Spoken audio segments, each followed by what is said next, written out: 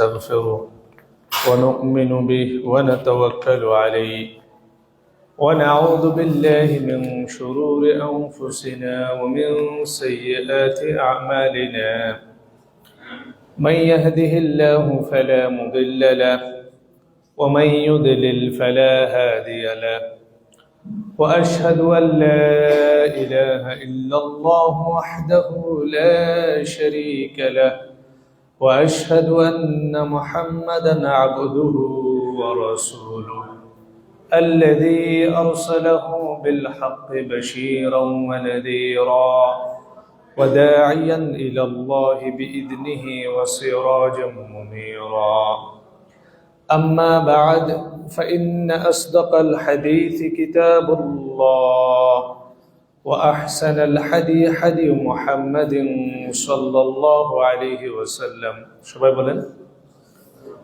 وشر الأمور محدثاتها وكل محدثة بدعة وكل بدعة ضلالة وكل ضلالة في النار من قول الله تعالى أعوذ بالله من الشيطان الرجيم يا أيها الذين آمنوا اتقوا الله حق تقاته ولا تموتن إلا وأنتم مسلمون وقال الله سبحانه وتعالى في آيات أخرى يا أيها الناس اتقوا ربكم الذي خلقكم من نفس واحدة وخلق منها زوجها وبث منهما رجالا كثيرا ونساء واتقوا الله الذي تساءلون به والأرحام إن الله كان عليكم رقيبا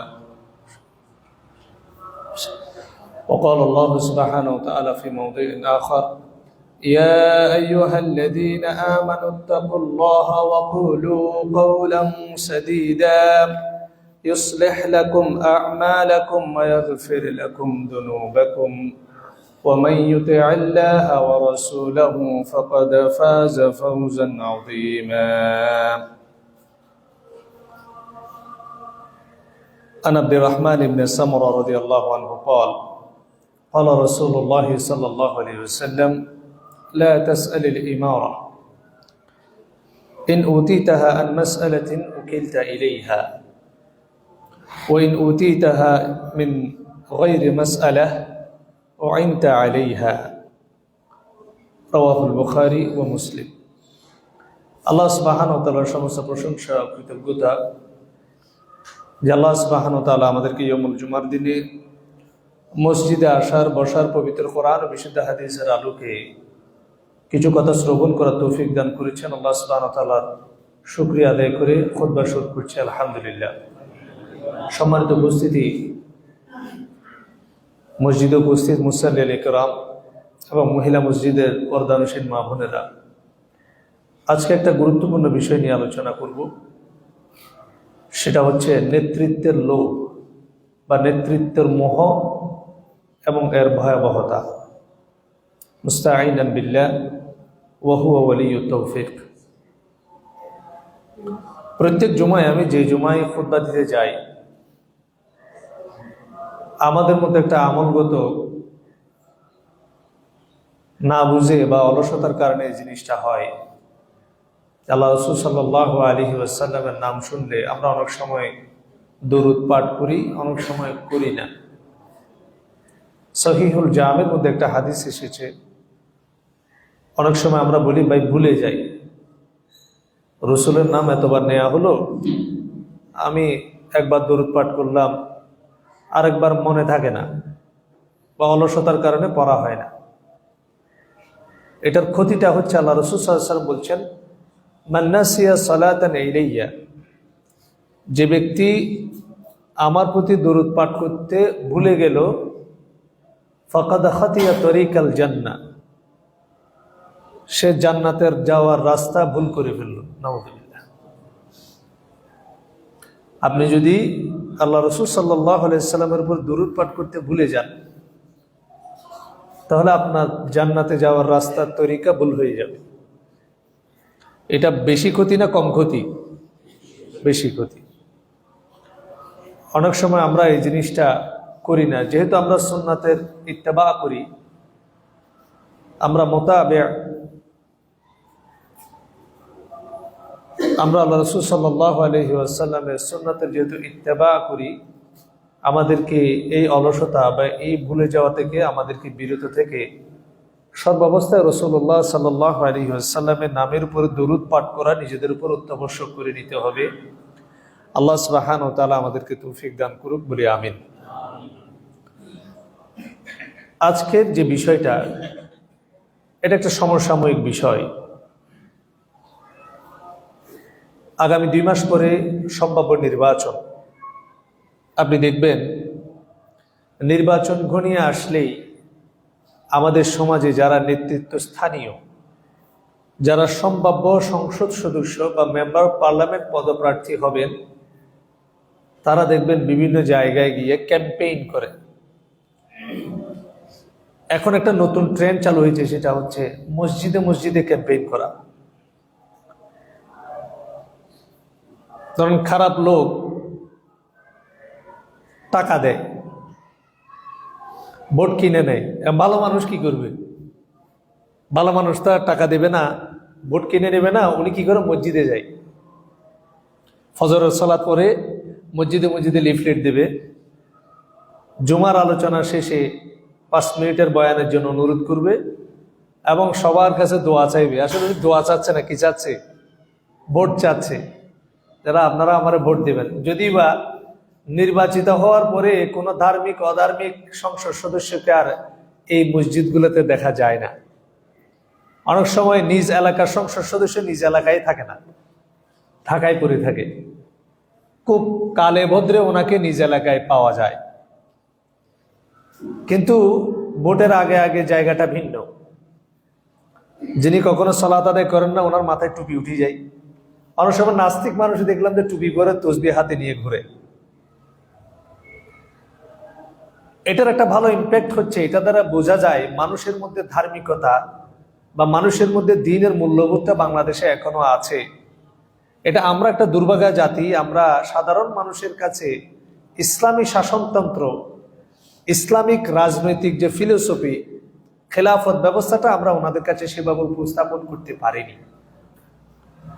যার কারণে আপনি দেখবেন উত্তরবঙ্গ এবং যেখানে আহলে হাদিস অধ্যুষিত এলাকা, গ্রামকে গ্রাম, উপজেলাকে উপজেলা, পুরো জেলা আহলে হাদিস, এরকম আহলে হাদিস অধ্যুষিত এলাকায় দেখবেন 90% মানুষ প্রচলিত রাজনৈতিক দলের সাথে সম্পৃক্ত, সেকুলার বলেন বা ইসলামিক বলেন।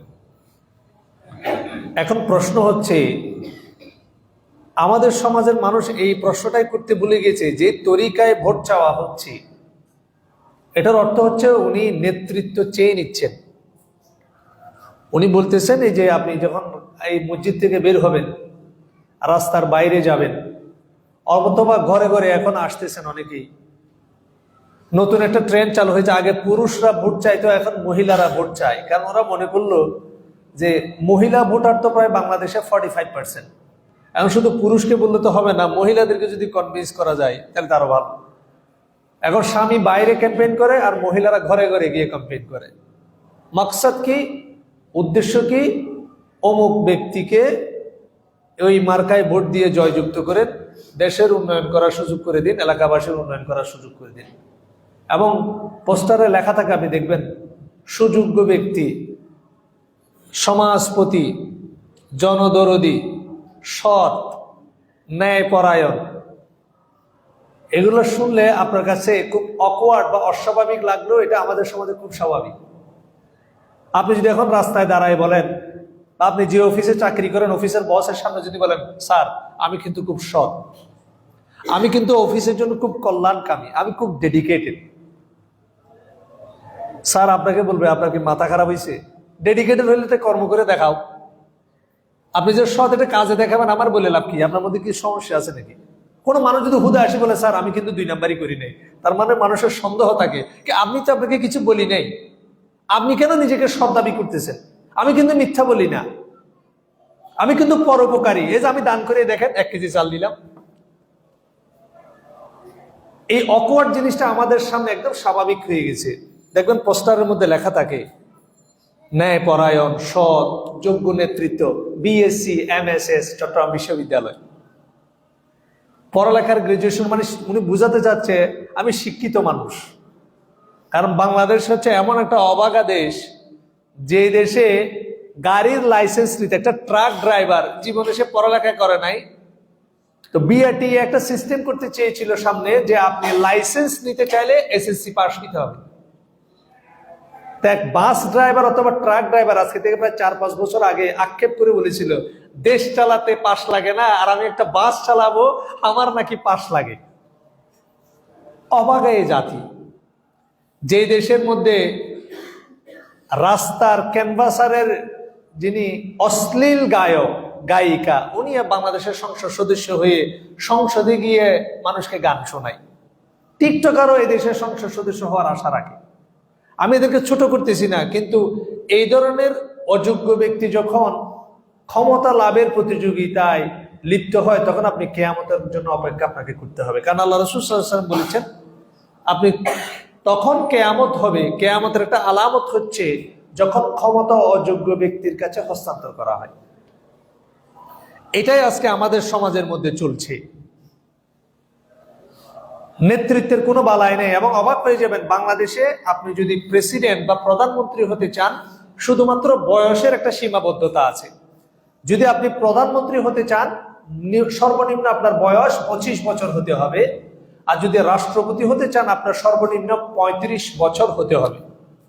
কিন্তু আপনার কোনো শিক্ষাগত যোগ্যতার প্রয়োজন বিশ্বাস করবেন কিনা জানি না, বাংলাদেশ নির্বাচন কমিশনে যে হলফনামা জমা দেয়া হয় একজন সংসদ সদস্য পদপ্রার্থী, নির্বাচনে তিনি নমিনেশন নেয়ার সময় সংসদ সদস্যের ফরম তিনি যখন নেন, তখন নির্বাচন কমিশনের মধ্যে তাকে হলফনামা দিতে হয় তার আয় ব্যয় কতটুকু, তার শিক্ষাগত যোগ্যতা কতটুকু। আমার মনে হয় বাংলাদেশে 30-40% সংসদ সদস্য পদপ্রার্থী শিক্ষাগত যোগ্যতার মধ্যে লিখে থাকেন স্বশিক্ষিত। তার মানে হচ্ছে তার কোনো একাডেমিক যোগ্যতা নাই। এই জন্য আপনি অবাক হয়ে যাবেন, বাংলাদেশে একটা কথা প্রচলিত, যদি আপনি ক্লাসের ফার্স্ট বেঞ্চের স্টুডেন্ট হন, আপনি যদি পড়ালেখায় সবচেয়ে বেশি ভালো হন, তাহলে আপনার জন্য সুসংবাদ, আপনি হবেন ডাক্তার বা ইঞ্জিনিয়ার। আপনি যদি সেকেন্ড বেঞ্চের ছাত্র হন, মিডল ক্লাস স্টুডেন্ট হন, তাহলে আপনি হবেন BCS ক্যাডার সরকারি কর্মকর্তা। আপনি BCS বা সরকারি কর্মকর্তা হয়ে, প্রশাসক হয়ে প্রথম শ্রেণী যারা ফার্স্ট স্টুডেন্ট ডাক্তার ইঞ্জিনিয়ার, এদেরকে নিয়ন্ত্রণ করতে পারবেন। যারা থার্ড ক্লাস হয়ে থাকে তারা হয় ব্যবসায়ী, সে থার্ড ক্লাস পেয়ে ডাক্তারও হতে পারে না, BCS ক্যাডার হতে পারে, সে ব্যবসা করে, বড় কোম্পানির মালিক হয়, একটা ডায়াগনস্টিক সেন্টার খুলে দেয়, একটা হসপিটাল খুলে দেয়, ডাক্তারকে নিয়োগ দেয়, একটা বড় ইঞ্জিনিয়ারিং ফার্ম খুলে ইঞ্জিনিয়ারকে নিয়োগ দেয়। তাহলে ব্যবসায়ী থার্ড ক্লাস হওয়ার পরেও বাংলাদেশে আপনি ফার্স্ট ক্লাস ডাক্তার এবং ইঞ্জিনিয়ার, আপনি BCS ক্যাডারদেরকে কন্ট্রোল করতে পারবেন। এরপর যারা ফেল করে বাংলাদেশে, এরাই হচ্ছে সবচেয়ে সাকসেসফুল। কেন? এরা ফেল করে বিভিন্ন রাজনৈতিক নেতার ক্যাডার হয়ে যায়। ক্যাডার হয়ে সে একটা পাতি নেতা, পাতি নেতাকে বড় নেতা, বড় নেতা হয়ে সংসদ সদস্য, চেয়ারম্যান হয়ে যায়, এবং উপরের ব্যবসায়ী, ইঞ্জিনিয়ার, ডাক্তার সবাইকে নিয়ন্ত্রণ করে। এটা হচ্ছে বাংলাদেশের ক্যালকুলাস। আমাদেরকে এই জিনিসটাই শেখানো হয়, এবং এটা আমরা খুব প্রাউড ফিল করি। সমাজে আমরা এটাই দেখি। অর্থাৎ আমাদের সমাজে যারা নেতৃত্ব স্থানীয় নেতা, তাদের বেশিরভাগই অপরাধ কর্মকাণ্ডে জড়িত হয়ে, তাদের অপরাধ কর্মকাণ্ডের কুকীর্তির স্বীকৃতি স্বরূপ তারা বাংলাদেশের নেতৃত্ব স্থানীয় হয়ে থাকে। বাংলাদেশের অধিকাংশ রাজনৈতিক নেতৃবৃন্দ বা আমরা যাদেরকে বলি হেভি ওয়েট নেতা, তাদের অধিকাংশের হাত সাধারণ মানুষের রক্তে রঞ্জিত। অন্যায় হারাম ইনকাম দ্বারা তাদের হাত, তাদের পেট, উদরপূর্তি তারা করেছেন। বেশিরভাগ মানুষই অন্যায় কর্মকাণ্ডের মধ্যে লিপ্ত। এর মধ্যেও আমরা দেখি যে ওনারা, এই জন্য মানুষের মধ্যে একটা সেলফ ক্রিটিসিজম কাজ করে, মানুষের মধ্যে একটা অন্যায় বোধ কাজ করে। সেই জন্য সে যখন একটু ভালো কাজ করে সেটা মানুষকে দেখাতে চায়। আপনি দেখবেন, আপনি যখন সবসময় নামাজ পড়বেন, তখন এটা মানুষকে বলতে ইচ্ছে হবে না। কিন্তু যদি হঠাৎ করে একদিন নামাজ পড়েন, দেখবেন টুপিটার মাথা থেকে খুলবেন না। কেন? এই যে মানুষকে, আমি কিন্তু নামাজ পড়ি জানেন, জীবনে কোনোদিন আপনি তাহাজ্জুদ পড়েন না, কোনো রাতে যদি একদিন হঠাৎ করে ঘুম থেকে উঠে গেছেন তাহাজ্জুদ পড়ছেন, এটা 3 মাস ধরে আপনি স্ট্যাটাস মারতে থাকবেন। আমাদের কিছু কিছু রাজনৈতিক দলের নেতা মাঝে মাঝে বলতো আমরা 70-80 রাকাত কিন্তু নামাজ পড়ি। এটার কারণটা হচ্ছে এটা, হঠাৎ করে একটা মানুষ যখন ভালো কাজ করে তখন তার মধ্যে একটা মানে আত্ম উপলব্ধি হয় যে আমি তো ভালো কাজ করলাম। এই যে এই কাজগুলো করা হয় আমাদের সমাজে, এগুলো খুব নর্মালাইজ হয়ে গেছে। এক্ষেত্রে শরীয়তের আহকাম কি, হুকুম কি, আমরা সবাই মনে করি এগুলো ইসলামী। যারা ইসলামকে বুঝে, যারা বাংলাদেশে ইসলামকে প্রতিষ্ঠিত করতে চায়, আমরাও এই ক্ষমতার পালা বদলে, নেতৃত্ব পাওয়ার মোহে আমরাও কিন্তু সামিল হয়ে গেছি। সব জায়গায় আমরা শরীয়তের ধারক বাহক, সব জায়গায় আমরা কোরআন হাদিসকে বিশ্বাস করি, কোরআনের হুকুম বাস্তবায়ন করার চেষ্টা করি। আপনি অবাক হয়ে যাবেন, একজন ইসলামিক দলের নেতা, বড় আপনি আলেম, বড় মুহাদ্দিস, আপনার উদ্দেশ্য হচ্ছে আপনি নির্বাচিত হয়ে বাংলাদেশে কোরআন হাদিস প্রতিষ্ঠিত করার চেষ্টা করবেন, আর আপনাকে নির্বাচিত করার সিস্টেমটাই কোরআন হাদিস বিরোধী। আপনি আপনার শুরুটাই করলেন কোরআন হাদিসের বিরুদ্ধাচরণ করে। আপনার পক্ষে বিশুদ্ধভাবে কখনো কোরআন এবং বিশুদ্ধ হাদিসের ভিত্তিতে বাংলাদেশের মধ্যে ইসলাম কায়েম করা সম্ভব নয়। যদি আপনার মাধ্যমে কখনো বাংলাদেশে ইসলাম প্রতিষ্ঠিত হওয়ার পসিবিলিটি থাকে, এটা ইসলামের আংশিক একটা অংশ হয়তো বা বাংলাদেশে প্রতিষ্ঠিত হতে পারে। সার্বিকভাবে আপনার মাধ্যমে কখনো ইসলাম প্রতিষ্ঠিত হতে পারবে না, কারণ আপনিও হচ্ছেন সুবিধাবাদ জিন্দাবাদ। তাহলে আমরা একটু দেখব নেতৃত্ব পাওয়ার ব্যাপারে, ইসলামে নেতা নির্বাচন করার ক্ষেত্রে, নেতৃত্ব পাওয়ার ক্ষেত্রে কি কি রেস্ট্রিকশন এবং ভয়াবহতা রয়েছে। আপনি অবাক একটা দেশ বাংলাদেশ, যে দেশের মধ্যে আপনি দেখবেন একটা ব্যবসায়িক সমিতির সভাপতি হওয়ার জন্য কম্পিটিশন হয়। আপনি দেখবেন এই যে স্টিল মিল বাজার ব্যবসায়ী সমিতি, এই ব্যবসা সমিতির নির্বাচনের সময় পোস্টারে ভরে যায়। একটা সামান্য টেম্পু বাস মালিক সমিতি, সামান্য একটা কাঁচা বাজার ব্যবসায়িক সমিতির সভাপতি হওয়ার জন্য আমাদের কত লোভ, কত লালসা। আল্লাহ রসুল সাল্লাল্লাহু আলাইহি সাল্লাম 1400 বছর আগে কিন্তু এই কাজটা, এই কথাটা বলেছেন। আল্লাহ রসুল সাল্লাল্লাহু আলাইহি সাল্লাম বলছেন, ইন্নাকুম সাতাহরিসুনা আলাল ইমারা, এমন একটা সময় আসবে তোমরা নেতৃত্বের মোহে, ক্ষমতার মোহে আচ্ছন্ন হয়ে যাবে। আমাদের একজন আহলে হাদিস ভাই, সালাফি ভাই, একটা রাজনৈতিক দলের সাথে সম্পৃক্ত, ভালো একটা পজিশনে ছিলেন চট্টগ্রামে, আমি নাম বলছি না। আমার সাথে খুব ঘনিষ্ঠ সম্পর্ক, মানুষ হিসেবে খুবই ভালো। 16 বছর যে রাজনৈতিক দল ক্ষমতা ছিল, উনি এই ক্ষমতাশীল দলের একজন রাজনৈতিক নেতা ছিলেন উত্তর চট্টগ্রামে। ওনাকে বললাম, আপনি সালাফি মানুষ, আহলে হাদিস মানুষ, উনি কখনো 2 নাম্বারই করে নাই, এলাকায় কোনো অন্যায় কাজ করে নাই, ভালো কাজ করেছে। কিন্তু আমি ওনাকে বললাম, আপনি এই কাজ করতে গেলেন কেন? আজকে আপনি বিশাল ক্ষতির সম্মুখীন, মুসিবতের সম্মুখীন, আপনি কেন হলেন? কেন এই কাজ করতে গেলেন? তিনি আমাকে বললেন, ভাই, ক্ষমতার নেশা এটা সবার মহব্বতের বিষয়, যে যায় নাই সে বুঝে নাই। তা আপনি আহলে হাদিস মানুষ, সালাফি মানুষ, কোরআন হাদিস মানেন, আপনার ক্ষমতার বা এই রাজনৈতিক দলের পদ পদবি পাওয়ার আকাঙ্ক্ষা হলো কেন? বলতে, বাজারে যখন যাই মানুষজন দাঁড়ায় যায়, থানায় গেলে ওসি সাহেব সম্মান করে, এলাকার মানুষ আমার সালিশ মানে, প্রতিদিন 2-3টা বিচার করি, এটা আমার মনে একটা শান্তি লাগে, এটার লোভ আমি ছাড়তে পারি না। বাজারে গেছেন, সবাই সালাম দিচ্ছে আপনাকে, সবাই সম্মান করছে আপনাকে, কেউ আপনার মুখের উপরে কোনো কথা বলছে না। থানায় গেলেও ওসি আপনাকে চা বাড়িয়ে দিচ্ছে, আপনি স্যার বলে কথা বলতেছে, এতটুকুই। আপনি বলছেন এটার লোভে মানুষ পড়ে? জি, এটার লোভে মানুষ পড়ে। সাহাবায়ে কেরামের যুগে এই খেলাফতে, উমাইয়া খেলাফতে, আব্বাসের খেলাফতে হাজার হাজার লক্ষ লক্ষ মানুষ, সাহাবী, তাবে তাবে তাবে, একে অন্যকে হত্যা করেছে শুধুমাত্র কর্তৃত্বের জন্য। সেই সময়েও অনেক সময় দেখা যায় অনেক সাহাবী নকল করেছেন, অনেক তাবি নকল করেছেন, তাদেরকে ইমারতের আনুগত্য করার জন্য টাকা অফার করা হয়েছে, যা আপনি আমার খরচ করিয়ে না, বিরোধিতা করিয়ে না, বিনিময়ে 1 লাখ দিরহাম নেন। তখন সাহাবায়ে কেরাম জীবিত, তাবেঈনরা জীবিত, যদি বা কন্ট্রাডিক্টেড বিষয় হওয়ার কারণে আমি সঙ্গত কারণে আমি যুগের নামটা বলছি না। হাজ্জাজ বিন ইউসুফ নাম শুনেছেন না? উমাইয়া খলিফা, তিনি ছিলেন একজন তাবেঈ। হাজ্জাজ বিন ইউসুফ হচ্ছেন এমন ব্যক্তি যিনি কোরআনে হরকত দান করেছেন। আপনি যে কোরআনে জের জবর পেশ দিয়ে কোরআন পড়েন, আজকে যদি জের জবর পেশ কোরআন থেকে তুলে দেওয়া হয়, বাংলাদেশের 98% মানুষ কোরআন পড়তে পারবে, 98% আলেমও কোরআন পড়তে পারবে না। তাহলে জের জবর পেশ দেওয়ার কারণে কোরআন পড়ার যে সহজ হয়েছে, কিয়ামত পর্যন্ত যতজন লোক এই জের জবর পেশ দিয়ে কোরআন পড়ার কারণে সওয়াব পাবে, ওই সওয়াব হাজ্জাজ বিন ইউসুফের আমলে যোগ হবে না? পৃথিবীর সবচেয়ে ভয়ঙ্কর নিকৃষ্ট বর্বর কোন শাসকও যদি থেকে থাকে, এটা হচ্ছে সে হাজ্জাজ বিন ইউসুফ, যিনি আব্দুল্লাহ ইবনে জুবাইরকে জবাই করে হত্যা করেছিলেন। নাউযুবিল্লাহ।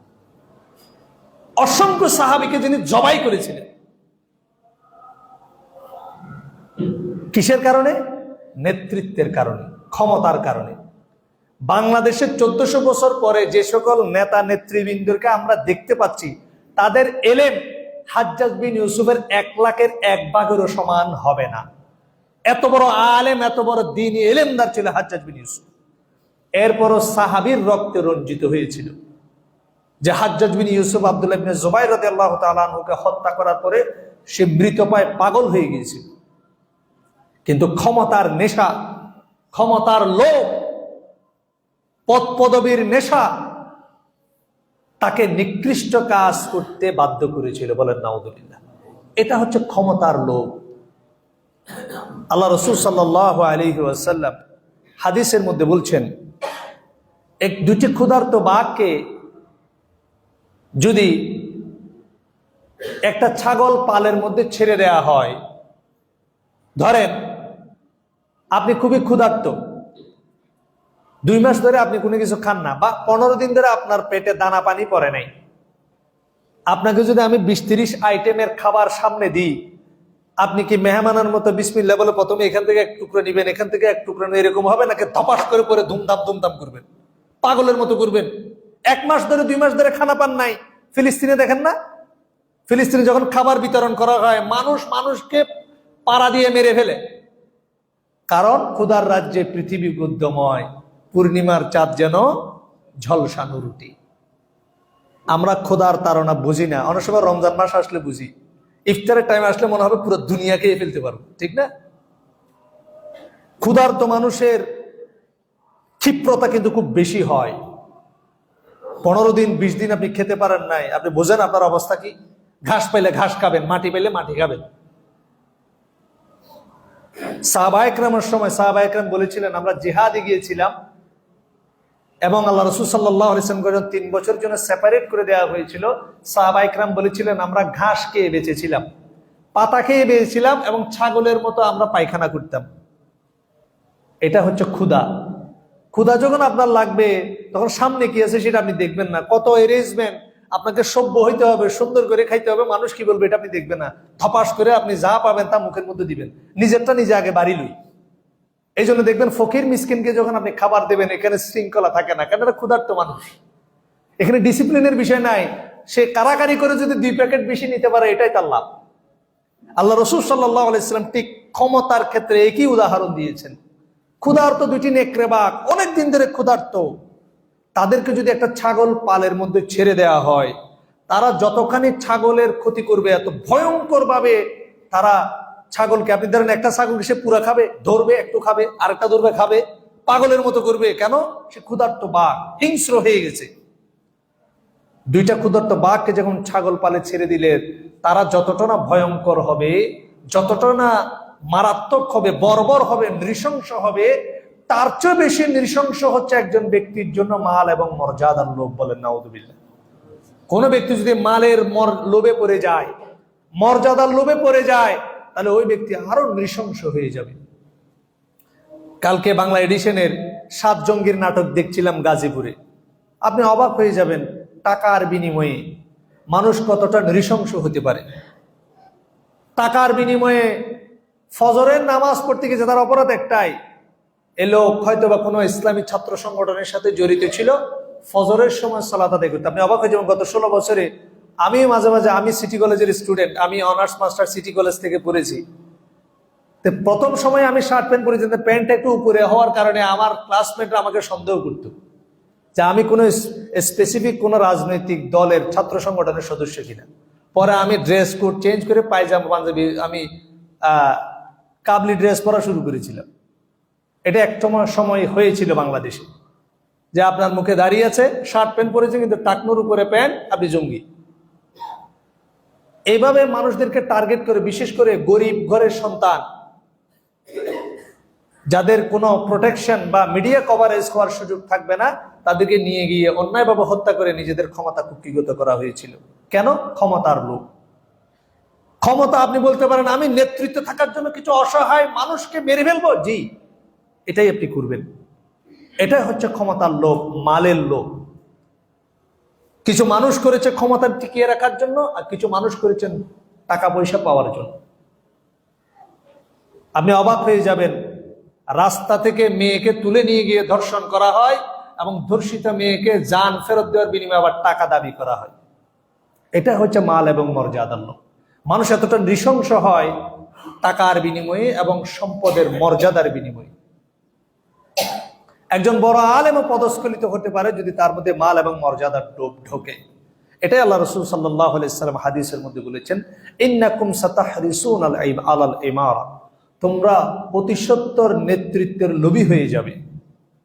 এরপর আল্লাহ রাসূল সাল্লাল্লাহু আলাইহি ওয়াসাল্লাম বলেছেন, ওয়াসাতাকুনু নাদামাতান ইয়াউমাল কিয়ামা, তবে মনে রেখো কিয়ামতের দিন এই নেতৃত্ব তোমার জন্য অপমানের কারণ হবে, লজ্জার কারণ হবে। বলেন নাউযুবিল্লাহ। এটা আমাদের সম্মানিত যারা নেতৃত্ব চেয়ে নিচ্ছেন, যারা বাংলাদেশের মধ্যে অনেকে ইসলাম কায়েম করার জন্য নেতৃত্ব চেয়ে নিচ্ছেন, তাদের উদ্দেশ্যে বলছি, ক্ষমতা চেয়ে নেওয়া, দায়িত্ব চেয়ে নেওয়াটা কিয়ামতের ময়দানে আপনার জন্য লজ্জার কারণ হবে। আল্লাহ রাসূল সাল্লাল্লাহু আলাইহি ওয়াসাল্লাম অন্য একটা হাদিসের মধ্যে আমাদের উদ্দেশ্যে বলছেন, মা মিন রাজুলিন ইয়াতি আমরা আশরাতিন ফামা ফাওকা যালিক ইল্লা আতাল্লাহু আযজা ওয়া জাল্লা মাগলুলান ইয়াউমাল কিয়ামা ইয়াদহু ইলা উনুকিহি। দুনিয়ার মধ্যে কোনো ব্যক্তি যদি 10 জন ব্যক্তির উপরে কর্তৃত্ব খাটায় বা তার উপরে 10 জন বা তার অধিক কিছু মানুষের উপরে সে যদি নেতা হয়ে থাকে, সে যদি নেতৃত্ব প্রদান করে থাকে দুনিয়ার মধ্যে, কয়জন? 10 জন বা তার চেয়ে কিছু বেশি। তাহলে এটা আমাদের সবার ক্ষেত্রে প্রযোজ্য না?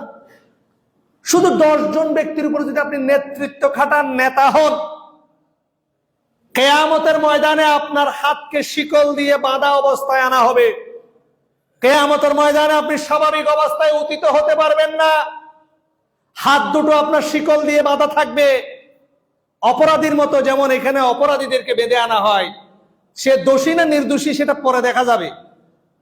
যদি তার বিরুদ্ধে মামলা হয়, তাকে বেরি পড়ানো হয় না আদালতে, দেখবেন আগে পুলিশ এসে হ্যান্ডকাপ পরাই দেয়। এটা হচ্ছে অপরাধ। আপনি দোষী বা নির্দোষী পরে সাব্যস্ত হবেন।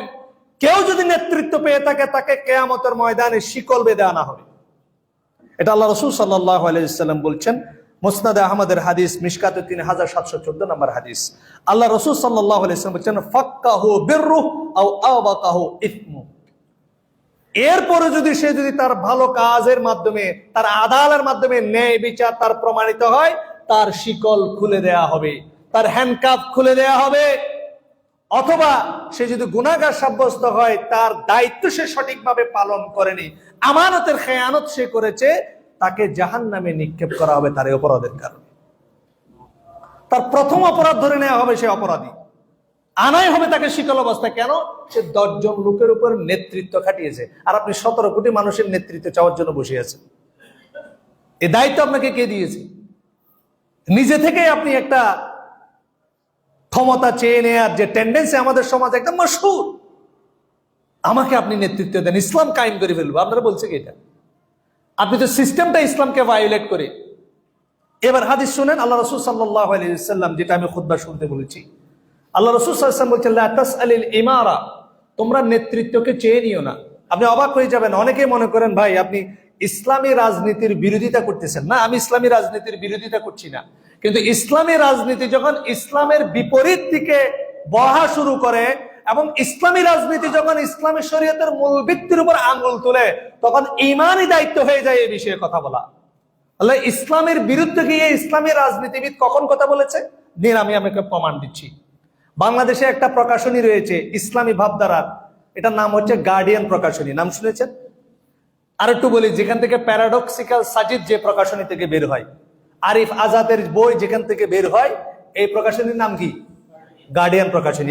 এবার এবার চিনছেন? হ্যাঁ, এটার মালিক হচ্ছে নূর মোহাম্মদ। কি মোহাম্মদ? নূর মোহাম্মদ। উনি গত টার্মেও একটা ইউনিয়ন পরিষদের চেয়ারম্যান হিসেবে দায়িত্ব পালন করেছেন এবং তিনি ম্যানেজমেন্টে মাস্টার্স করেছেন, আমার সাবজেক্ট ছিল। তিনি ম্যানেজমেন্টে পড়াশোনা করেছেন।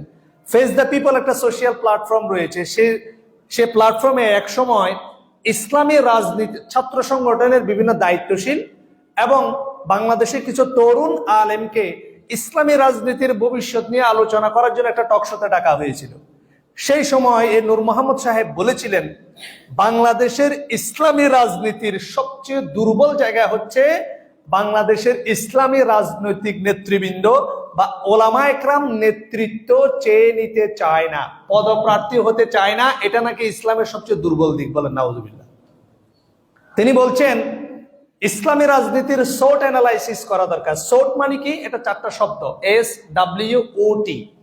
এটা দিয়ে একটা ব্যবসায়িক কোম্পানি, একটা বিজনেস অর্গানাইজেশন তার সার্বিক দিক বিবেচনা করে।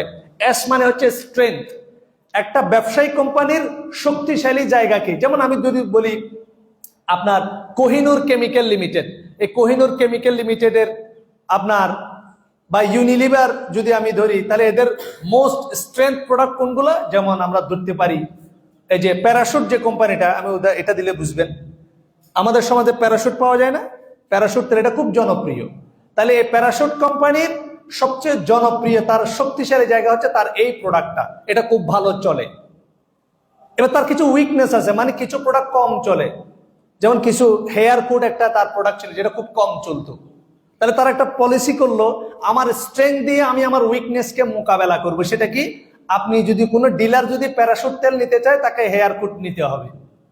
হেয়ার কোড যদি না নেন, আমি আপনাকে প্যারাশুট তেল দেব না। এই জন্য প্যারাশুট তেল পাওয়ার জন্য অনেকেই না চাইলেও হেয়ার কোডটা নিয়ে জোর জবরদস্তি করে তাকে চালাইতে হয়। সে তার শক্তিশালী প্রোডাক্ট দিয়ে দুর্বল প্রোডাক্টকে চালিয়ে দেয়। এটা হচ্ছে বিজনেসের একটা ফিলোসফি। তো তিনি বোঝাতে চাচ্ছেন ইসলামের কিছু স্ট্রেংথ আছে বর্তমান প্রেক্ষাপটে, এগ্রিড, কিছু উইকনেস আছে, কিছু আছে, অপরচুনিটি আছে, কিছু থ্রেট আছে।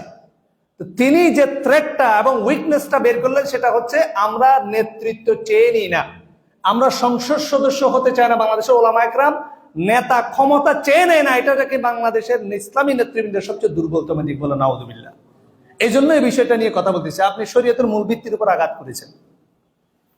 গণতন্ত্রকে জায়েজ করতে গিয়ে কিছুদিন আগে কুমিল্লার একজন বড় আলেম, ডক্টরেট ডিগ্রিধারী, তিনি বলছেন যে আপনি গণতন্ত্রের বিরুদ্ধাচরণ এখন করছেন কেন? আমরা গণতন্ত্রের বিরুদ্ধাচরণ করছি না। যেই বিষয়টা ইসলামের সাথে কন্ট্রাডিক্টেড হবে সেটার বিরুদ্ধে কথা বলা আমাদের নৈতিক দায়িত্ব। তিনি বলছেন গণতন্ত্র অনেক আগেই প্রতিষ্ঠিত হয়ে আসছে, সুতরাং আমরা যে ইসলামিক দল, আমরা নতুন ভাবে গণতন্ত্র প্রতিষ্ঠিত করার জন্য আসি নাই। আমরা গণতন্ত্রের মাধ্যমে ইসলাম কায়েম করার চেষ্টা করছি। আপনারা আমাদের বিরোধিতা করছেন কেন? এটা বলেছে না? আমাদের বক্তব্য হচ্ছে আপনি গণতন্ত্রের মাধ্যমে ইসলাম কায়েম করতে চাচ্ছেন, সেটার বিরোধিতা আমরা করি না। আগে সেকুলার দল গণতন্ত্রকে হারাম মনে করত, পশ্চিমা মতবাদ হিসেবে, সেকুলার বস্তুবাদী মতবাদ হিসেবে আমল করত।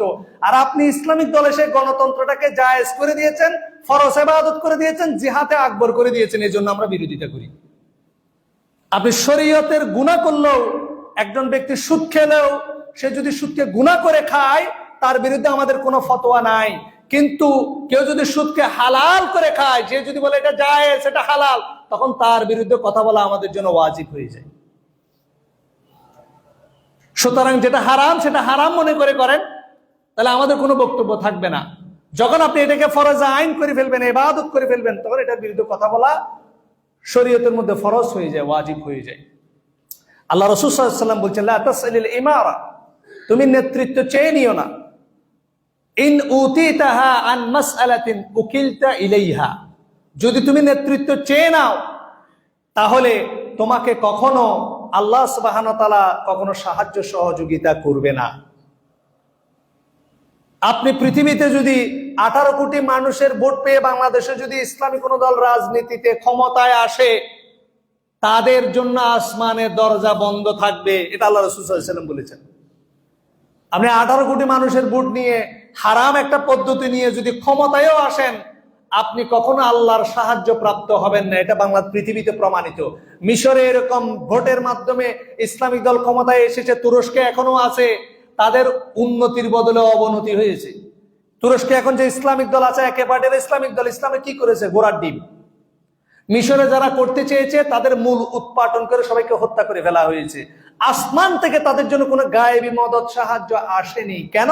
আল্লাহ রাসূল সাল্লাল্লাহু আলাইহি ওয়াসাল্লাম 1400 বছর আগেই বলেছেন, ইন উতিতাহা আন মাসআলাতিন, আপনি ক্ষমতা চেয়ে নিয়েছেন, মানুষকে বলেছেন আমাকে নেতৃত্বে বসান, আমাকে নেতৃত্ব অর্পণ করুন, আমাকে ভোট দেন, উকিলতা ইলাইহা, এই জন্য ক্ষমতাকে আপনার উপর সুপর্দ করে দেওয়া হয়েছে। ওয়া ইন উতিতাহা আন গায়রি মাসআলাহ, যদি আপনি ক্ষমতাকে চেয়ে না নেন, ওয়াইনতা আলাইহা, তাহলেই আপনার জন্য আসমান থেকে সাহায্য আসবে। বলেন সুবহানাল্লাহ। এই যে আপনার রাস্তাটা ঠিক করেন, ক্ষমতায় যাওয়াটা আপনার মূল উদ্দেশ্য না। এই জন্য আপনি দেখেন বাংলাদেশের অধিকাংশ ইসলামিক দল লেজুর ভিত্তি করা ছাড়া ক্ষমতার মসনদে এখন বসতে পারছে না। সেকুলার, বস্তুবাদী এবং আমাদের মালাউন যারা আধিপত্যবাদ বিস্তারকারী যে সকল দেশ আমাদেরকে লুটে পুটে খেতে চাচ্ছে, তাদের লেজুর ভিত্তি করা ছাড়া, তাদের পা চাটা ছাড়া, গোলামি করা ছাড়া আপনি কখনো ক্ষমতার মসনদে যেতে পারবেন না। এবং মুসলমান হিসেবে এই ধরনের ক্ষমতায় গিয়ে ওই নেতা আমাদের কোনো উপকার করতে পারবে, সেটা তো মুসলমানদের বিশ্বাস করার কোনো কারণ নাই। কারণ সিস্টেমটাই ভুল। কালকে এক ভাই বলছিলেন আমাদেরকে আরো 20 বছর দাওয়াতি কাজ করতে হবে। অনেকে মস্করা করতে পারেন, আপনারা তো আছেই মুক্তি জীবন, এখন আপনাদের শেষ হয় নাই। সারা জীবন তো দাওয়াতি কাজ করে যাচ্ছেন, সারা জীবন তো শুধু দাওয়াত তাবলীগ চলতেছে বাংলাদেশে। খেলাফতের কাজ, ইমারতের কাজ কখন করবেন এটা অনেকেই বলেন। বাংলাদেশের দাওয়াতের কাজ হয়েছে ঠিক, কিন্তু প্রকৃত দাওয়াতের কাজ হয়নি। দাওয়াতের কাজ যদি হতো, বাংলাদেশের 99% মানুষ এখনো কোনো নামাজ পড়ে না, কিসের দাওয়াতি কাজ করেছেন আপনি? বাংলাদেশে এখনো মানুষ সুযোগ পেলে 2 নাম্বারই করে, কিসের দাওয়াতি কাজ হয়েছে? কোথায় দাওয়াতি কাজ হয়েছে এটাই তো বুঝি না। বাংলাদেশের যে সেক্টরে যাবেন ওই সেক্টরে করাপশন, কি দিনদার কি জালেম, কি আলেম কি গায়রে আলেম, যে জায়গায় আপনি বসাই দেবেন সেই জায়গায় 2 নাম্বারই। দাওয়াতি কাজটা হয়েছে কোথায়? বাংলাদেশের এখনো মানুষ ইসলামী রাজনীতির মূল দর্শনটাই বুঝে না। বুঝে? খেলাফতের কনসেপ্টটাই মানুষ বুঝে না, হালাল হারামের কনসেপ্ট বুঝে না। হালাল হারামের কনসেপ্ট মানুষের ক্লিয়ার না। দাড়ি টুপিওয়ালা মানুষ ঘুষ খায়, হারাম কাজে লিপ্ত। তাহলে আপনাকে আরো 18-20 বছর খেলাফত প্রতিষ্ঠা করার পূর্বে দাওয়াতি কাজ করতে হবে। কারণ মানুষের মধ্যে এখনো বদ্ধমূল ধারণা, মানুষের মধ্যে এখনো পর্যন্ত সে কুসংস্কার, হারাম অশ্লীল কাজ করে মাপ পেতে চাওয়ার যে টেন্ডেন্সি, এটা আমাদের মধ্যে এখনো বিদ্যমান। আমাদের যারা দিনী ভাই রয়েছেন, আমরা যারা পরিবর্তন হয়েছি, আমি যতজনের সাথে মিশেছি, মাফ করে দেবেন আমি নিজে সহ বলছি, আমাদের মধ্যে আমলগত পরিবর্তন হয়েছে। আমাদের মুআমালাত, আচার আচরণ এবং মুআমালাত লেনদেনের ক্ষেত্রে আমাদের তেমন কোনো পরিবর্তন হয়নি। আমরা আগেও জাহেল ছিলাম, এখনো জাহেল রয়েছি। এটা আপনি কারোর সাথে মুআমালাত করতে গেলে, বৈবাহিক লেনদেন করতে গেলে আপনি বুঝতে পারবেন। বড় একজন স্পিকার, লেকচারার, ইউরোপিয়ান কান্ট্রির, তার লেকচার এত সুন্দর, একজন মহিলা, একজন মেয়ে তার শুধু কণ্ঠস্বর শুনে তাকে বিয়ের প্রস্তাব দিয়েছিল। বিয়ে করার পরে সে তার স্ত্রী বলেছিল যে your tongue, your sound is most righteous than you, তোমার চেয়ে তোমার গলার কণ্ঠস্বর অধিক ধার্মিক। আমি তোমার আসলে গলার স্বর দেখেই তোমাকে বিয়ে করে ফেলেছি, এখন তো দেখি তোমার চেয়ে তোমার গলার কণ্ঠস্বরটাই বেশি ধার্মিক ছিল। এই হচ্ছে আমাদের অবস্থা। আমরা যেটা বলি সেটা ধার্মিকতা, কিন্তু আমল যখন করতে যাই তখন আমাদের মধ্যে ধার্মিকতার প্রমাণ পাওয়া যায় না। এজন্য আমাদেরকে দাওয়াতি কাজ করতে হবে, দাওয়াতে তাবলীগের কাজ করতে হবে। সম্মানিত উপস্থিতি, নেতৃত্বের অবস্থা, যারা নেতৃত্ব গ্রহণ করে যারা মুসলিম উম্মার খেদমত করতে চাচ্ছেন, আপনার মাধ্যমে হয়তো অনেক লোক ইসলামের ছায়াতলে, সুশীতল ছায়ায় ন্যায় বিচার পাবে, রহমত পাবে, ইনসাফ পাবে, তবে আপনি জাহান্নামে যাবেন। আপনার মাধ্যমে অনেক লোক হয়তো ইনসাফ পাবে, কিন্তু আপনি জাহান্নামে যাবেন, কারণ আপনি নেতৃত্ব চেয়ে নিয়েছেন। এটাকে মানুষকে বুঝাতে পারেন। আপনি ইনসাফ কায়েম করবেন, আপনি ইনসাফ করে আপনি জাহান্নামে যাবেন কেন? আল্লাহ রাসূল সাল্লাল্লাহু আলাইহি ওয়াসাল্লাম বলছেন, ইন শি'তুম আমবা'তুকুম আনিল ইমারা, তোমরা যদি চাও তোমাদেরকে আমি নেতৃত্ব, যে ব্যক্তি নেয় নেতৃত্ব যার হাতে আসে তার অবস্থা সম্পর্কে তোমাদেরকে বলতে পারি। ক্বালু ওয়া মা হিয়া, তার অবস্থা কি হবে? তিনি বলছেন, ক্বালা আউয়ালুহা মালামা, তার পদের প্রথম অবস্থা হচ্ছে তিরস্কার। এরপরে তিনি বলছেন ওয়া সানিয়াহা নাদামা, তার দ্বিতীয় পর্যায়ে হচ্ছে অনুশোচনা, সে আফসোস করবে কেন আমি ক্ষমতাটা নিলাম। তৃতীয় ওয়া সালিসুহা আযাবুন ইয়াউমাল কিয়ামা, নেতৃত্বের ৩ নম্বর স্তর হচ্ছে তার জন্য কিয়ামতে আযাব উপস্থিত হচ্ছে, আযাব তার জন্য অপেক্ষা করছে। বলেন নাউযুবিল্লাহ। ইল্লা মান আদালা, ওই ব্যক্তির চেয়ে ভিন্ন যে ব্যক্তি আদালা, ইনসাফ কায়েম করতে পারবে। এটা আমাদের সমাজের অনেকটা নেতৃত্ব চেন, এটা অনেকটা ২ বিয়ের মতো হয়ে গেছে। আমাদের সমাজের বা আমাদের দিনী ভাইকে দেখবেন শুধু মাসনাতুল আসার ওবা করার জন্য পাগল। এক বিয়ে যিনি করেছেন উনি আরেকটা বিয়ে করার জন্য খুব, যদি আরেকটা বিয়ে করা যায়, রসুলের সুন্নাত এটা যদি জিন্দা করা যায়, এটা অনেকটা নেতৃত্ব পাওয়ার মতো। কেননা আপনি একটা বিয়ে করেছেন, এখন জবাবদিহি কয়টার? একটার। যদি 2টা বিয়ে করেন, তাহলে আপনি যদি ইনসাফ করতে না পারেন, কিয়ামতের ময়দানে আপনি দেখবেন লুলা হয়ে, প্যারালাইজড হয়ে উঠেছেন কিয়ামতের ময়দানে। আপনি একটা সুন্নাত আমল করতে গিয়ে ঝামেলার মধ্যে পড়ে গিয়েছেন।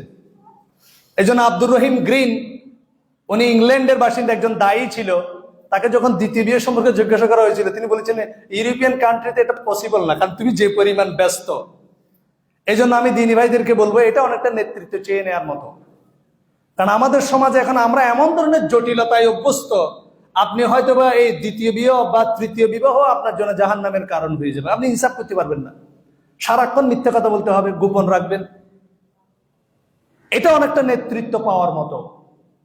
প্রথম দিকে আপনার ভালো লাগবে নেতৃত্বের বিষয়টা। আল্লাহ রাসূল সাল্লাল্লাহু আলাইহি ওয়াসাল্লাম বলেছেন, ফানি'মাতিল মুরদিআহ ওয়া বি'সাতিল ফাতিমা। আল্লাহ রাসূল সাল্লাল্লাহু আলাইহি ওয়াসাল্লাম বলছেন, নেতৃত্ব পাওয়ার প্রথম অবস্থা খুব মধুর হয়, কিন্তু নেতৃত্বের শেষ অবস্থা হয় খুবই ভয়ঙ্কর। এটা অনেকটা দুগ্ধ দানকারিণী, একদম দুগ্ধ ছাড়িনীর মতো আল্লাহ রাসূল সাল্লাল্লাহু আলাইহি ওয়াসাল্লাম উদাহরণ দিয়েছেন। বাচ্চা যে যখন দুগ্ধ দেয়, যখন দুগ্ধ দানকারিনীর জন্য বাচ্চাকে যে দুধ দেয়, তার কাছে সেটা অনেক মহব্বতের মনে হয়। কিন্তু যখন বাচ্চা দুধ থেকে ছেড়ে নেয়, দেখেন বাচ্চা চিৎকার দিয়ে উঠে, কেন? তার এটা আর ভালো লাগে না, নিয়ে নিচ্ছে তার কাছ থেকে। এটাই হচ্ছে ক্ষমতার সর্বশেষ অবস্থা। এটা আপনার অনুশোচনা এবং জাহান্নামের কারণ হবে। আল্লাহ রাসূল সাল্লাল্লাহু আলাইহি ওয়াসাল্লাম সহিহ মুসলিমের মধ্যে বলছেন, মা মিন আবদিন ইয়াস্তারঈহিল্লাহু রাইয়াহ, আল্লাহ যখন কোনো বান্দাকে লোকদের উপর দায়িত্বশীল হিসেবে নিয়োগ করেন, ইয়ামুতু ইয়াউমা ইয়ামুতু ওয়া হুয়া গাশুন লিরাইয়াতিহি, অতঃপর সে তার লোকদের সাথে খেয়ানত অবস্থায় মৃত্যুবরণ করে, ইল্লা হারামাল্লাহু আলাইহিল জান্নাহ, আল্লাহ তার জন্য জান্নাত হারাম করে দেন। এই হাদিসটা বাংলাদেশের 100 দায়িত্বশীলদের মধ্যে, নেতার মধ্যে যদি আপনি প্রয়োগ করেন, তাহলে 99.99999 মানুষ নেতা জাহান্নামী হবে নামাজ দাড়ি টুপি পরে। কেন? তারা অধিকাংশই আমানতের খেয়ানত করছে, ভবিষ্যতে করার নিয়তে এখনো রাজনীতি করছে। আল্লাহ সুবহানাহু ওয়া তাআলা এই জন্য আমাদেরকে নেতৃত্বের অবস্থা থেকে, নেতৃত্বের লোভ থেকে আমাদেরকে বিরত থাকার জন্য চেষ্টা করতে হবে। মানুষকে এই জন্য এদিকে আহ্বান করতে হবে। এটা হচ্ছে প্রথম দাওয়াত। কারণ নেতৃত্ব অর্পিত হওয়ার জিনিস, চেয়ে নেওয়ার বিষয় নয়। এই জন্য যে সিস্টেমে নেতৃত্বকে চেয়ে নিতে হয়, সেই সিস্টেমটা আপনাকে অ্যাভয়েড করতে হবে। আমরা জানি রাসূলুল্লাহ সাল্লাল্লাহু আলাইহি ওয়াসাল্লামের সাহাবীদের মধ্যে কোন সাহাবী যদি বেঁচে থাকতো আজকে, আমরা সবাই তাকে নেতা বানাইতাম না? বাংলাদেশে যদি এই 18 কোটি মানুষের মধ্যে যদি একজন সাহাবী বেঁচে থাকতো, এই 160 কোটি মুসলমান এই সাহাবীকে নেতা মানতো না? অথচ আপনি দেখেন আবু যর রাদিয়াল্লাহু তাআলা আনহুকে আল্লাহ রাসূল সাল্লাল্লাহু আলাইহি ওয়াসাল্লাম বলেছেন, ইয়া আবু যর ইন্নাকা দাঈফ ওয়া ইন্নাহা আমানা, আবু যর খবরদার, তুমি জীবনে কখনো নেতৃত্বের ধারে কাছে যাবে না। কেন? তুমি দুর্বল। আর আমানত হচ্ছে, নেতৃত্ব হচ্ছে আমানতের জায়গা। এই আমানতে যদি বিন্দু মাত্র যদি কোনো হেরফের হয়, এই আমানতের কারণে তোমাকে জাহান্নামে যেতে হবে। আবু দার আনতা দাঈফ ওয়া ইন্নাহা আমানা, কিন্তু নেতৃত্ব হচ্ছে আমানতের বিষয়, সুতরাং তুমি দুর্বল, তুমি নেতৃত্বের ধারে কাছে যেও না। বলেন সুবহানাল্লাহ। যার তার জন্য নেতৃত্ব আসেনি। আজকে আমাদের যুগে যেখানে নেতৃত্ব চেন, এটা কত খারাপ বিষয়। এখন রাস্তার টিকটকার পর্যন্ত সংসদ সদস্য পদপ্রার্থী হয়ে যাবে, কোনো বেসমেন্ট নেই। বাংলাদেশের সুদখোর, চাঁদাবাজ, গ্যাংস্টার, রিক্সাওয়ালা, সবার ভোটের দাম সেম। আপনি অবাক হয়ে যাবেন, একজন রিক্সাওয়ালাকে বলা হয়েছিল আপনাকে যদি মন্ত্রী করা হয় কি করবেন? বলে আমি রাতে বোতল খাই, সুতরাং বার সব ফ্রি করে দেবো রিক্সাওয়ালাদের জন্য। এই হচ্ছে আমাদের অবস্থা। সুতরাং নেতৃত্ব চেয়ে নেয়ার, নেতৃত্বের মোহ, ক্ষমতার মোহ আমাদের সমাজে যেভাবে আষ্টে পৃষ্ঠে রয়েছে, সেখান থেকে আমাদেরকে নিজেদেরকে বিরত থাকতে হবে এবং মানুষকে দাওয়াত দিতে হবে। আল্লাহ সুবহানাহু ওয়া তাআলা আমাদেরকে হেফাজত করুক, আমিন। তাহলে আমাদেরকে কি করতে হবে? আমি এই কথা বলেছি, খেলাফতের জন্য কাজ করব। এখন আমাদের যে কাজ, আরো 20 বছর আমাদেরকে দাওয়াতি কাজ করতে হবে, ইফেক্টিভ দাওয়াতি কাজ, যে দাওয়াতি কাজের মাধ্যমে মানুষের কাছে মেসেজ পৌঁছানো যাবে, সঠিক ইসলাম মানুষের কাছে উপস্থাপন করা যাবে। এটার সবচেয়ে বড় উদাহরণ হচ্ছেন কিছুদিন আগে মৃত্যুবরণ করা শরীফ উসমান হাদি রাহিমাহুল্লাহ। আল্লাহ তাকে রহম করুক। মজলুম হিসেবে আমরা তার জন্য দোয়া করি, আল্লাহুম্মা গফির লাহু আল্লাহুম্মা রহমহু। আপনি দেখেন, সে কোনো রাজনৈতিক দলের নেতা ছিল না। তার যে ইনকিলাব মঞ্চ, এটা কোনো রাজনৈতিক দল নয়, এটা একটা প্রেসার ফোর্স হিসেবে কাজ করেছে। তবে সে যেহেতু আলেমের সন্তান ছিল, তার বাবা তার সম্পর্কে যে নিয়োগটা করেছিল, আমার অনেক সন্তান আলেম হয়েছে, তবে তোমাকে আমি আলিম পাশ করে আমি ঢাকা ইউনিভার্সিটিতে পারছি, এই কারণেই তুমি সব ঘরানার মুসলমানকে এক করে এই মুসলমানদের সার্বভৌমত্বের জন্য, মুসলমানদের অধিকার আদায়ের জন্য তুমি কাজ করবে। এজন্য আলেমের সন্তান শেষ ছোটবেলা থেকে সে যে ন্যায়, সততা, আমানতদারিতার যে দীক্ষা সে নিয়েছিল, সেটার উপর সে ইস্তেকামত থেকেছিল, সেটার উপর সে দাওয়াত দিয়েছিল মানুষকে। আজকে দেখেন, সে কিন্তু সত্যবাদিতা প্রতিষ্ঠিত করেনি, ন্যায় বিচার প্রতিষ্ঠা করেনি, কাউকে ইনসাফও সে করার সুযোগই পায়নি। শুধু ইনসাফের কথা বলেছেন, ন্যায়ের কথা বলেছেন, সত্যবাদিতার কথা বলেছেন। বাংলাদেশের 18 কোটি মানুষ, কি হিন্দু, কি মুসলমান, কি খ্রিস্টান, কি বেরলভী, কি দেওবন্দি, কেউ আহলে হাদিস, প্রত্যেকের হৃদয়ে এসে স্থান করে নিয়েছে। বলেন সুবহানাল্লাহ। এটাই হচ্ছে দাওয়াত, এটাই হচ্ছে ইন্টেলেকচুয়াল ওয়াল গাজওয়াতুল ফিকরি। এই জায়গায় আমাদেরকে হাত দিতে হবে, এই জায়গায় সাকসেসফুল হওয়ার সম্ভাবনা সবচেয়ে বেশি। আল্লাহ এটা বলছেন, ওয়া'আদাল্লাহুল লাযীনা আমানু মিনকুম ওয়া আমিলুস সালিহাত লা ইস্তাখলিফান্নাহুম ফিল আরদ। যে ব্যক্তি ঈমান আনবে সঠিকভাবে, শিরক মিশ্রিত না করে, যে ব্যক্তি বিদআতকে বাদ দিয়ে সহিহ তরিকায় সুন্নাতের উপর ইস্তেকামত থাকতে পারবে, আল্লাহ সুবহানাহু ওয়া তাআলা বলছেন আমি ওয়াদা করছি তাকে আমি দুনিয়ার জমিনে খেলাফত দান করবো ইনশাআল্লাহ। এই জন্য আল্লাহ সুবহানাহু ওয়া তাআলা আমাদেরকে দাওয়াতি কাজ মজবুতভাবে করায় এবং সঠিক বিষয়ে মানুষকে উপস্থাপন করে মুসলিম উম্মাকে আবারও নির্ভেজাল তাওহীদ এবং সুন্নাতের দিকে, কোরআন এবং বিশুদ্ধ হাদিসের দিকে, ইসলামের দিকে, খেলাফতের দিকে ফেরত নিয়ে আসার তৌফিক আমাদেরকে দান করুক, আমিন। আকুলু কওলি হাদা ওয়া আস্তাগফিরুল্লাহ লি ওয়া লাকুম ফাস্তাগফিরু ইন্নাহু হুয়াল গফুরুর রহিম।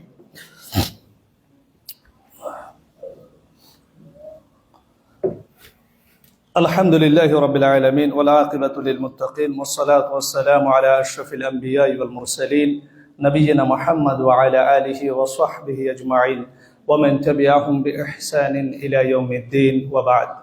إن الله وملائكته يصلون على النبي يا أيها الذين آمنوا صلوا عليه وسلموا تسليما.